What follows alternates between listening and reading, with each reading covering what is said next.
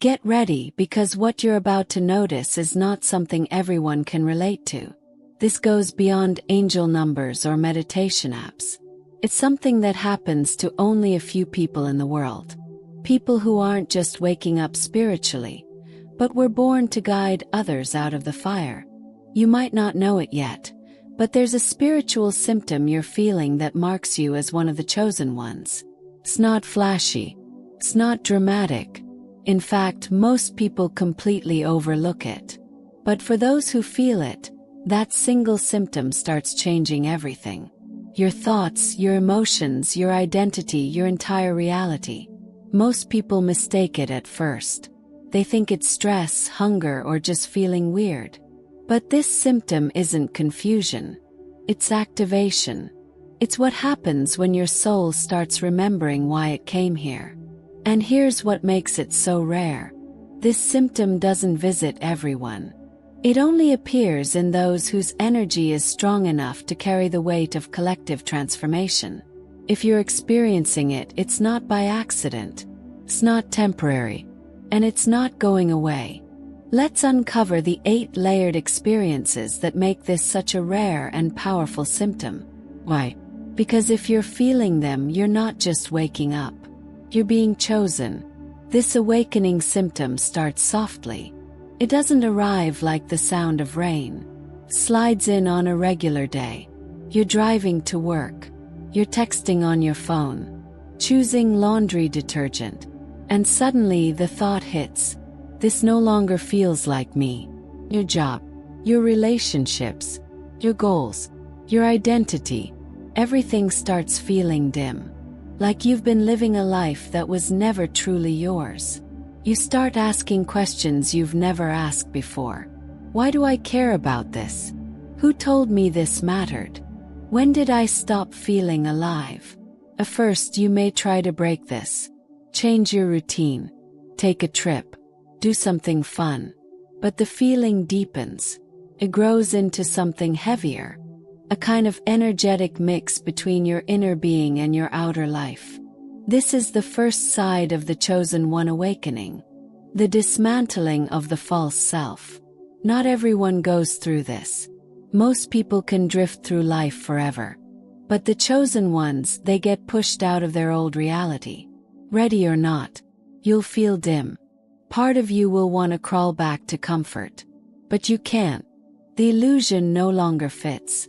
And even if you try to go back, the doors are closed. 'Cause this isn't just change. It's a departure. You're leaving behind an entire version of yourself. And once this starts, there's no going back to how you felt before. After the first disconnection from your environment, the second shift hits harder. Your relationships start to change. People you felt close to start feeling distant. Conversations feel dull. The rhythm between you shifts. You can sit next to someone you've known for years and suddenly feel like you're speaking 2 different languages. Not because you're better than them, but because your energy is moving to a higher resonance. And there's can't. This misalignment creates friction. You'll notice awkward interactions, friends becoming distant, loved ones misunderstanding your words. Social spaces that once felt warm now feel energetically heavy. This can be incredibly lonely. And most people fear this part. They abandon their awakening just to keep the peace. But the chosen ones move through it anyway. Why? Because their soul won't let them go back to pretending. You may not realize it in the moment. But this part of the symptom isn't rejection. It's recalibration. The universe is reshuffling your relationships to match the frequency you're growing into. Hurts, isolates, but it also prepares you to attract connections that reflect the truth of who you're becoming, not who you were. Suddenly, the world feels too loud, too bright, too uncomfortable. Environments you once navigated easily, crowded places, social events, overstimulating spaces, they start draining you quickly. This isn't social anxiety. It's energetic sensitivity. Your system is no longer used to tolerating what you used to absorb unconsciously. Your sensors become clearer. You start feeling people's intentions, their stress, their energy. You may feel like you need more solitude, more nature, more silence. Not out of fear, but necessity. Your body craves recalibration. You might even become sensitive to food, technology, or noises you once ignored. This can be confusing and inconvenient, but it's not a deficiency. It's a sign your field is being purified for a higher purpose. Chosen ones don't just see the world. They feel it. And this isn't easy in a society built on emotional and sensory stimulation. This level forces you to create boundaries, to choose where your energy goes, to understand that protecting yourself isn't isolation. It's preparation. You're learning to feel what others ignore. And this sensitivity isn't a weakness. It's your field now. When your awakening deepens, something strange happens. Your hunger to prove yourself starts to disappear. You can still be successful.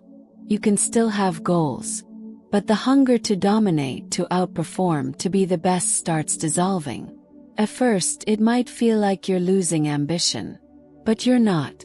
You're just swapping competition for purpose. You no longer care about climbing ladders that don't lead somewhere meaningful. Your ego might still want applause. But in its place comes a desire to serve, to create, to express, without chasing validation. This is where chosen ones really start to separate from the rest. While others chase visibility, you chase impact. While others seek control, you seek alignment. You start realizing your worth was never in your resume, your followers, or your paycheck. Your heart doesn't want to win. It wants to awaken. And once this desire becomes your North Star, you stop fighting for space in systems you no longer believe in. Instead, you start building what others haven't even imagined yet. You notice it in small moments. You glance at the clock and realize an hour has passed when it felt like only 5 minutes. Or the opposite. You've only sat for a minute, but it feels like hours of thought. This isn't lack of focus. It's not distraction. It's the result of awakened consciousness no longer anchored in linear time. Many people live by time, routines, bills, schedules. But when you start spiritually awakening as a chosen one, your perception of time shifts completely. Why? Because your consciousness starts sinking so deeply with the present moment that the past and future lose their grip. You start feeling like everything is happening all at once. Intuition becomes more important than plans. This time in life isn't always about control. It's about alignment. You may find it harder to stick to rigid routines or feel disconnected from long-term goals that once drove you. This isn't a lack of discipline. It's your inner compass shifting from calendar to flow frequency. You start trusting your internal signals more than dates. You notice synchronicities. The right person, the right place, the right message arriving exactly when needed, not when expected. And the more you allow it, the more time becomes something you flow with, not something you chase. One of the strangest symptoms of being chosen is how much you start craving solitude. Even when you're not sad, tired, or lonely, you just feel better alone. It's not isolation. You still love people. You care deeply. But something inside starts to feel like you need silence to hear something important. This usually appears after the energetic sensitivity phase. Being near others starts mixing your own energy too much. Even casual conversations can feel draining. It's not personal. It's energetic. You might find yourself withdrawing from social plans, turning off constant notifications, or spending hours doing absolutely nothing, and loving it. This is because your spirit is recalibrating. Solitude becomes your integration space. It's where downloads arrive. It's where your nervous system gets a break from the noise. Most people fear being alone. But the chosen ones start understanding that being alone isn't emptiness. It's sacred.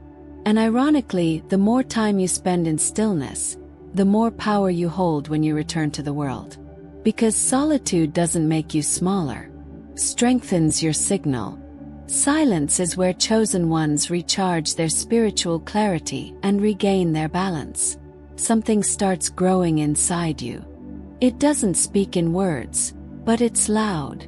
You feel there's something you came here to do, something specific.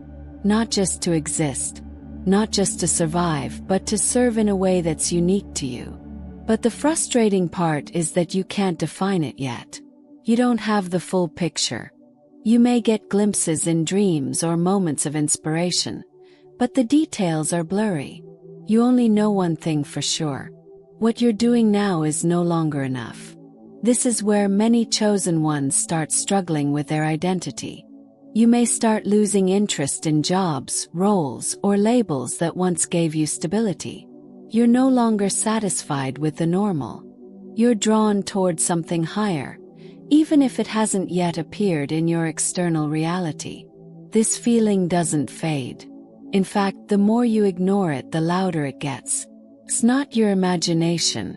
It's your soul signaling that your real work is beginning to surface. You don't have to change the world publicly. Your mission could be quiet, sacred, and deeply personal. But whatever it is, it's real. And if you're feeling it now, it means your awakening has entered a phase most people never reach. Soul recognition without ego interference. This is the final level, and it's what changes everything. Because once this happens, there's no turning back. You lose the ability to shut it off. You can't force smiles. You can't engage in shallow conversations. You can't present a glamorous version of yourself just to make others comfortable. You don't become rude. You become real. And that realness starts radiating so brightly. Changes how people respond to you. Some feel uncomfortable. Others feel drawn. But you feel free. This is the deepest symptom of a chosen one's awakening. The return to truth. You no longer shape yourself to meet expectations. You no longer build your identity around what others want you to be. You're no longer willing to trade authenticity for being liked. You become distant, not out of arrogance, but out of clarity. And that clarity makes life simpler, not harder. Decisions become easier. Boundaries become clearer. You stop apologizing for your presence. Because once you remember who you are, you stop acting like who you're not. And that's when awakening becomes permanent. Not because you've achieved everything, but because you've stopped pretending. And in a world built on performance, that makes you extremely rare. If you've experienced these layers, even just some of them, understand something few people hear. You're not going crazy. You're not lost. You're not broken. You're awakening in a way that only a few do. This spiritual symptom isn't random. It's not a side effect of stress or a temporary life change. It's your soul activating a deeper timeline. One where you no longer live based on survival but remembrance. You're here to help others, yes, but not by sacrificing yourself. You're here to live as a fully awakened, grounded, powerful being. One who reflects what truth looks like in human form. That's why your old life no longer fits. That's why the world feels louder. That's why you're being called inward. You're not just going through a spiritual awakening. You're being prepared to lead. If this spoke to you, comment below. I feel this awakening in my soul. Let's claim it together. Because chosen ones don't walk this path alone. And before you go, make sure to watch the next video. Because now that you've remembered, the question is, how do you protect it from a world that's still asleep?